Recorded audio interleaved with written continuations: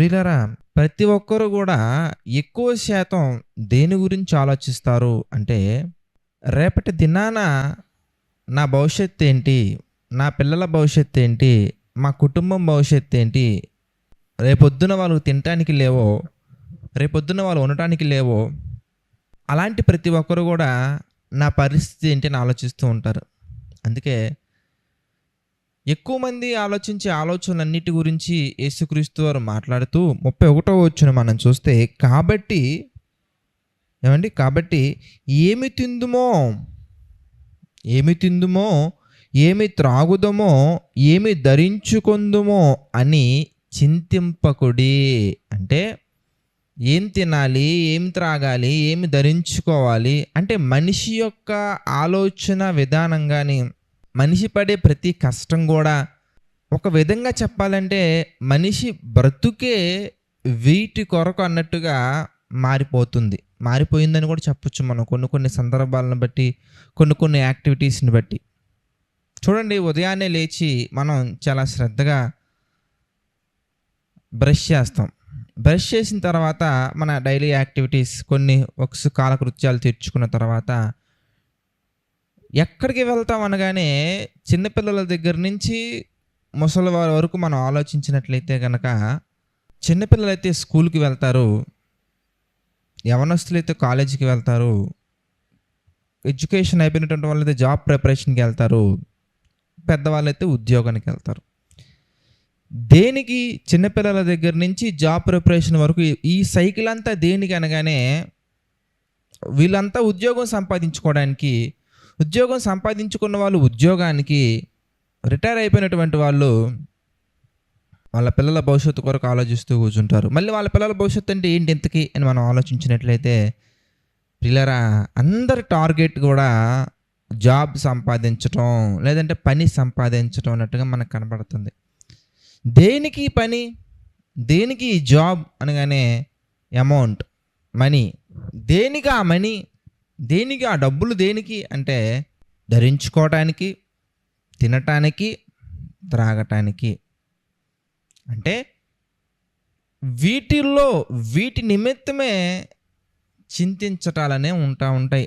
ఎగ్జామ్స్లో మంచి మార్క్స్ రావాలి, మంచి గ్రూప్ తీసుకోవాలి, మంచి బ్రాంచ్ తీసుకోవాలి, మంచి జాబ్ రావాలి, మంచిగా నేను సెటిల్ అవ్వాలి, మంచి అమ్మాయిని వివాహం చేసుకోవాలి, మంచి అబ్బాయిని వివాహం చేసుకోవాలి, పిల్లలు క్షేమంగా పుట్టాలి, వాళ్ళకి ఎలాంటి రోగాలు ఉండకూడదు, వాళ్ళ ఆరోగ్యం నిమిత్తము.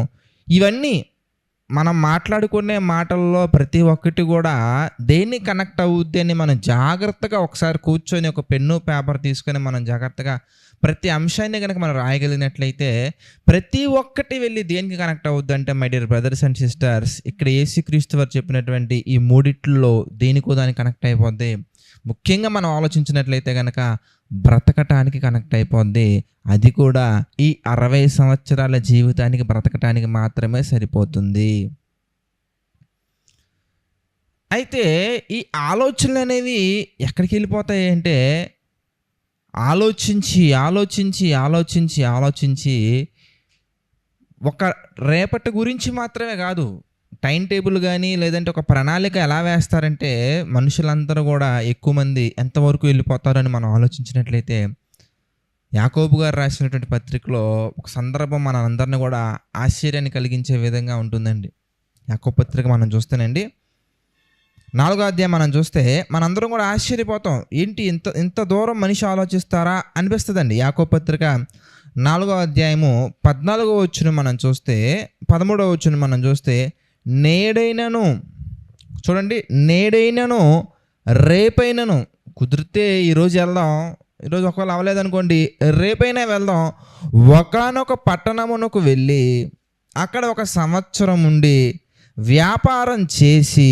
చూసారా, విలేజెస్లో కాదండి, నేడైనను రేపైనను ఒకానొక పట్టణమునకు వెళ్ళి అక్కడ 1 సంవత్సరం ఉండి వ్యాపారం చేసి లాభము సంపాదింతము రండని చెప్పుకొని వారలారా.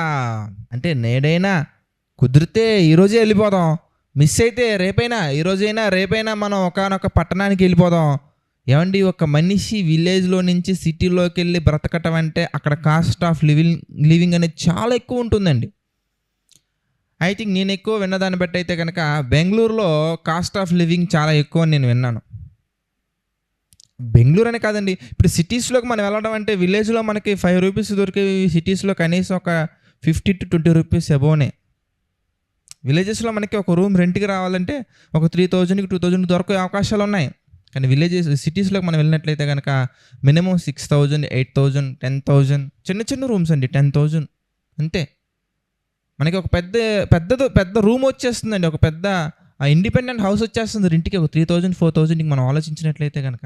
అదే ఇండిపెండెంట్ హౌస్ మనం అక్కడ సంపాదించుకోవాలంటే కనుక ఈజీగా 15,000 ఉంటుందండి per month rent.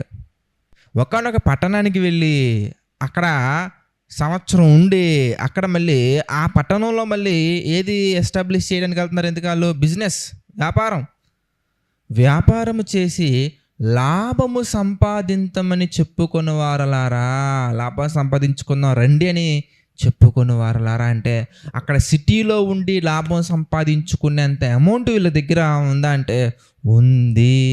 Still they are going for money. కానీ యేసు ప్రభువు వారు ఒక సందర్భం చెప్తూ ఆయన ఏమంటున్నారంటే, మీరేమో రేపొద్దున ఏం జరుగుద్ది అని ఆలోచించి, ఎల్లుండి ఏం జరుగుద్ది అని ఆలోచించి సంవత్సరం వరకు ప్లాన్స్ వేసుకొని ప్రయాసపడుతున్నారు, పోరాడుతున్నారు, బాగా ఆలోచిస్తున్నారు, చింతిస్తున్నారు. కానీ ఆయన అంటున్నారండి, 14వ వచనం మనం చూస్తే దేవుని యొక్క వాక్యం మనతో మాట్లాడుతుంది. రేపేమి సంభవించునో మీకు తెలియదు, రేపొద్దున ఏం జరుగుద్దో మనకు తెలియదు. ఇలా ఆలోచించి మనుషులు డిప్రెషన్లో కూడా వెళ్ళిపోతూ ఉంటారండి చాలామంది. ఎందుకంటే ప్రస్తుత పరిస్థితుల్లో కొన్ని మనం గమనించినప్పుడు మోసాలు చేసే వాళ్ళదే రాజ్యం అన్నట్టుగా కనబడుతూ ఉంటుందండి. ఎవరైతే బాగా ఎక్కువ మోసం చేస్తారో వాళ్ళే బాగా లోకానుసారంగా ఎదుగుతున్నట్టుగా మనకు కనబడుతూ ఉంటుంది. కానీ వాస్తవాలు అవి కాదు. నీతిగా నిజాయితీగా వెళ్ళే వాళ్ళు వాళ్ళని ఎదుటి వారిని చూసి, నేను మంచిగానే వెళ్తున్నాను కదా, నేను న్యాయం చేస్తున్నాను కదా, నేను న్యాయంగా వెళ్తున్నాను కదా, నేను యథార్థంగా ఉన్నా కదా, నా లైఫ్ ఎందుకు ఇలా వెళ్ళిపోతుందని ఎక్కువగా ఆలోచించి చింతల్లోకి వెళ్ళిపోతాయండి. వాళ్ళ ఆలోచన కాస్త ఓవర్ థింకింగ్ కాస్త చింత. అందుకే మీరు చూస్తే నీ గురించే నా గురించే ఈరోజు దేవుడు మాట్లాడుతున్నట్టుగా ఒక మాట మనకి బైబిల్లో కనబడుతుంటుందండి.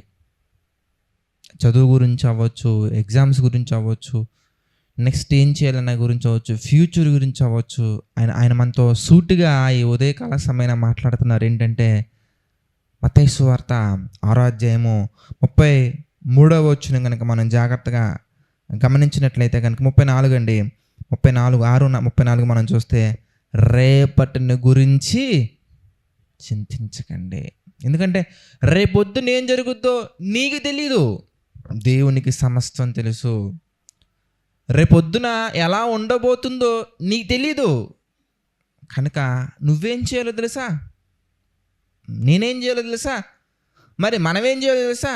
రేపటి గురించి ఆలోచించటం మాని, రేపటిని గురించి చింతించటం మాని, రేపటి గురించి డిప్రెషన్లోకి వెళ్ళటం మాని, రేపటి గురించి చింతను మనం ఏం చేయాలంటే, పేతురు గారు రాసినటువంటి మొదటి పత్రిక మనం చూస్తే మొదటి పేతురు 5వ అధ్యాయంలో మనకి దేవుడు ఒక మాట చెప్తున్నారు. ఏంటి? ఎందుకంటే పేతురు గారు రాసిన మొదటి పత్రిక 5వ అధ్యాయము 7వ వచనం మనం చూస్తే, ఆయన మిమ్మును గురించి చింతించుచున్నాడు గనుక మీ చింత యావత్తును ఆయన మీద వేయండి. నీ భవిష్యత్తు గురించిన చింత తీసుకొచ్చి ఆయన మీద వేయండి.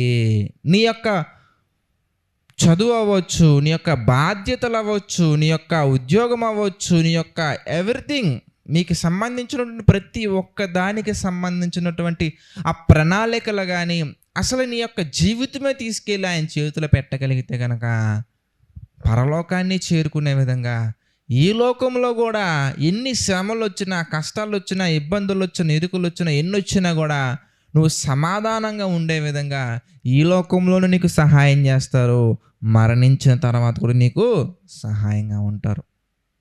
ఎందుకంటే ఆయన నిన్ను కాపాడుటకు అరచేతిలో చిక్కుకొని ఉన్నారు. కునుకుకుండా నిద్రపోకుండా నీ గురించి ఆలోచిస్తూ ఉన్నారు ఆయన. దేవుడు అంత గొప్పగా నీ పట్ల కొన్ని ఉద్దేశాలు కలిగి సమస్తమును సమకూడి మేలు జరిగించుటకు నీ జీవితంలో ఎన్నో పరిస్థితులను తీసుకొస్తున్నప్పుడు మనం ఏం చేస్తూ ఉంటామంటే, ఆయనను కాదని, ఆయనకి విరుద్ధమైనటువంటి ఆలోచనలు చేసి, ఆయనకి విరుద్ధమైనటువంటి ప్రణాళికలు వేసుకొని, ఆయనకి విరుద్ధమైనటువంటి మార్గముల్లోకి వెళ్ళి ఆయనకి వేరుగా ఏదో చేయాలనుకుంటాం. కానీ ప్రియులారా, ఆయనకి వేరుగా ఏది జరగదండి. జరిగేలా మనం బలవంతంగా ప్రయత్నాలు చేసినా కూడా దేవుని చిత్త ప్రకారం లేనిదే ఏది మన జీవితంలో జరగదు. కనుక మనం సంవత్సరానికి ప్లానింగ్స్ వేసినా, 2 సంవత్సరాలకి ప్లానింగ్ వేసినా, 10 సంవత్సరాలకి ప్లానింగ్స్ వేసినా కానీ రేపొద్దున ఏం జరుగుద్దో మనం చెప్పగలమా? మనం అనుకునే చెప్తున్నాం కానీ, మనం చెప్పగలం కానీ ప్రియులారా, రేపొద్దున ఏం జరుగుద్దో మనం చెప్పగలమా? Can we decide it? ఇంకొంచెం డెప్త్గా మనం వెళ్ళి ఆలోచించినట్లయితే కనుక ఈరోజు ఏం జరుగుద్దో చెప్పగలమా? పోనీ నెక్స్ట్ 1 అవర్లో ఏం జరుగుద్దో మనం చెప్పగలమా? అది మనం అనుకున్నదే, మనం చెప్పగలం కానీ ఎగ్జాక్ట్గా ఇంకొక 1 అవర్లో ఏం జరుగుద్దో మనం చెప్పగలమా? చెప్పలేమండి. బ్రతికుంటే ఇలా జరగవచ్చు అని చెప్పగలం కానీ ఇదే జరుగుద్దే అని కొంతమంది బల్లగుద్దు మాట్లాడతారండి. అవన్నీ కూడా ఏంటంటే జరగచ్చు, జరగకపోవచ్చు.